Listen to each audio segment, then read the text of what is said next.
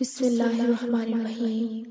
عزت کے بغیر محبت کا کوئی وجود نہیں، کیونکہ رشتے کوئی بھی ہوں عزت کی بنیاد پہ ہوتے ہیں۔ بانو قدسیہ فرماتی ہے، محبت یہ نہیں کہ ایک دوسرے کو ذہنی مریض بنا دیا جائے، بلکہ محبت تو ایک دوسرے کی تھکاوٹیں سمیٹ لینے کا نام ہے۔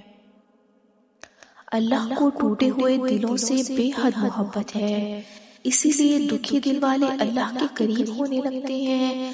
جب اللہ آپ کو اپنے قریب کرنا چاہتا ہے، تب آپ کو آزمائش میں ڈال کر اپنے قریب کر لیتا ہے۔ جو رشتے ہماری طاقت ہوتے ہیں، اکثر وہی رشتے ہماری کمزوری بھی ہوتے ہیں۔ رشتہ خون کا ہو یا احساس کا، اس میں ضد نہیں آنی چاہیے، ورنہ ضد جیت جاتی ہے، رشتہ ہار جاتا ہے۔ اللہ پاک خود کوئی احسان نہیں لگاتا۔ آپ نے اپنے رب کی رضا کے لیے کوئی چیز چھوڑی ہے تو اللہ آپ کو اس سے بہتر چیزوں سے نوازے گا۔ جب دل ٹوٹ جائے تو اٹھ کر اسی مصور کے پاس لے جاؤ جس نے اسے بنایا ہے، کیونکہ اس سے بہتر تو کوئی جان ہی نہیں سکتا کہ کون سا رنگ کہاں بھرنا ہے اور کس دھاگے سے کہاں پیوند لگانا ہے۔ مشکل وقت میں دلاسا دینے کے لیے کوئی اجنبی ہی کیوں نہ ہو، وہ دل پہ اتر جاتا ہے۔ جب مشکل وقت میں کنارہ کر لینے والا کوئی اپنا ہی کیوں نہ ہو، دل سے اتر جاتا ہے۔ دنیا میں دو طرح کے دکھ ہوتے ہیں، ایک وہ جو تمہیں توڑ دیتا ہے، اور ایک وہ جو تمہاری زندگی بدل کر تمہیں مضبوط بنا دیتا ہے۔ خوبصورت مرد وہی ہوتا ہے جو عورت کی عزت کرنا، اس سے محبت کرنا جانتا ہو، اس کی اہمیت سے واقف ہو اور رشتے کی اہمیت جانتا ہو۔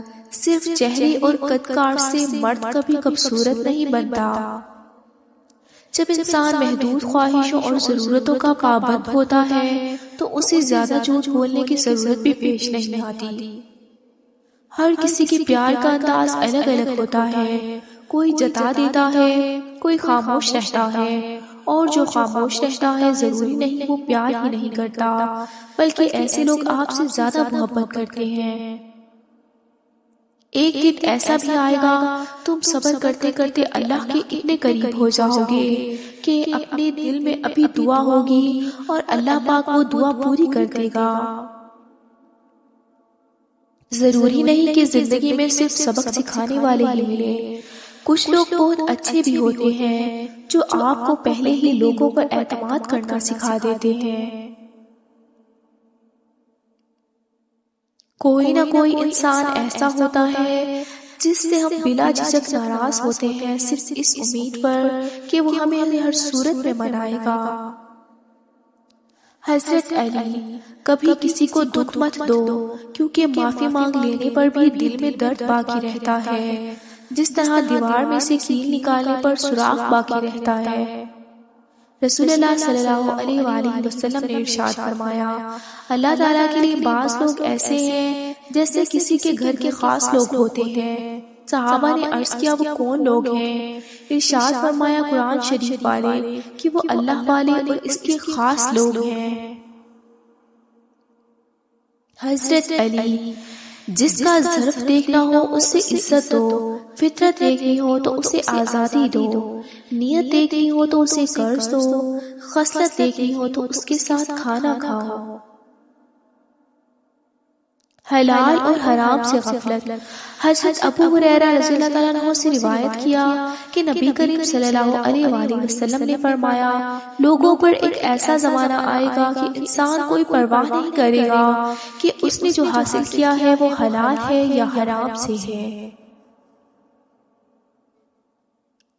یہ مکمل احسان اور حسن سلوک نہیں کہلاتا کہ انسان والدین کے ہاتھ پیر چھو لے، اصل احسان تو یہ ہے کہ ان کی سختی، نفسیات اور بیماری بدلنے مزاج پر صبر کا دامن نہ چھوڑے۔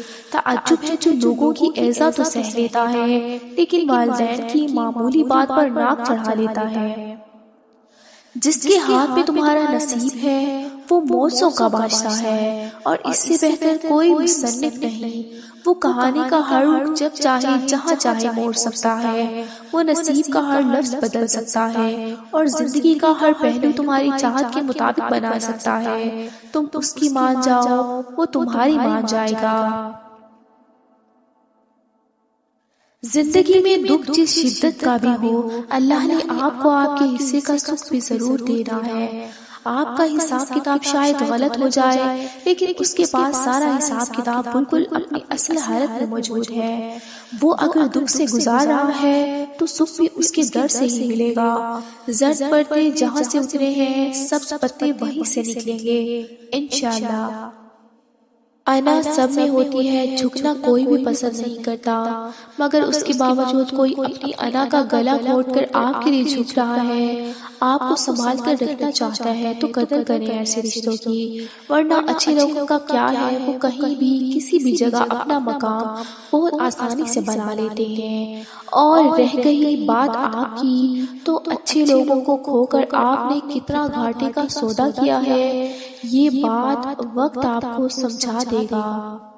رسول اللہ صلی اللہ علیہ وآلہ وسلم نے فرمایا، اللہ تعالیٰ روز قیامت 3 قسم کے آدمیوں کی طرف نہیں دیکھیں گے: والدین کا نافرمان، مردوں سے مشابہت کرنے والی عورت، اور آدمی جو اپنے اہل و عیال کے سلسلے میں غیرت و حمیت نہ رکھتا ہو، یعنی جس کی بیوی، بیٹی، بہن، ماں بے پردہ ہو اور خاموش رہے۔ رسول اللہ صلی اللہ علیہ وآلہ وسلم نے فرمایا، ساری کی ساری مخلوق لوگوں کو خیر و بھلائی کی تعلیم دینے والے کے لیے رحمت کی دعا کرتی ہے، حتیٰ کہ سمندر کی مچھلیاں بھی۔ جب مجھے پتا چلا کہ محل کے بستر اور خالی زمین پر سونے والوں کے خواب ایک جیسے اور قبر بھی ایک جیسی ہوتی ہے، تو مجھے اللہ کے انصاف پر یقین آ گیا۔ شیخ سعدی۔ جب انسان اپنے رب پر اس قدر بھروسہ کرنے لگ جائے کہ اس کے علاوہ کوئی بھی اس کی ضرورت پوری کرنے والا نہیں، تو اللہ بھی اپنے بندے کو مایوس نہیں لوٹاتا۔ شدید پریشانی کے حالات میں دعائیں بھی شدید مانگنی ہوتی ہیں۔ یہ 5 وقت کی نماز کے بعد روٹین کی طرح دعا مانگنا کافی نہیں ہوتا۔ جتنی بڑی آزمائش ہے، اتنا زیادہ اپنی دعا کو بڑھا دیں۔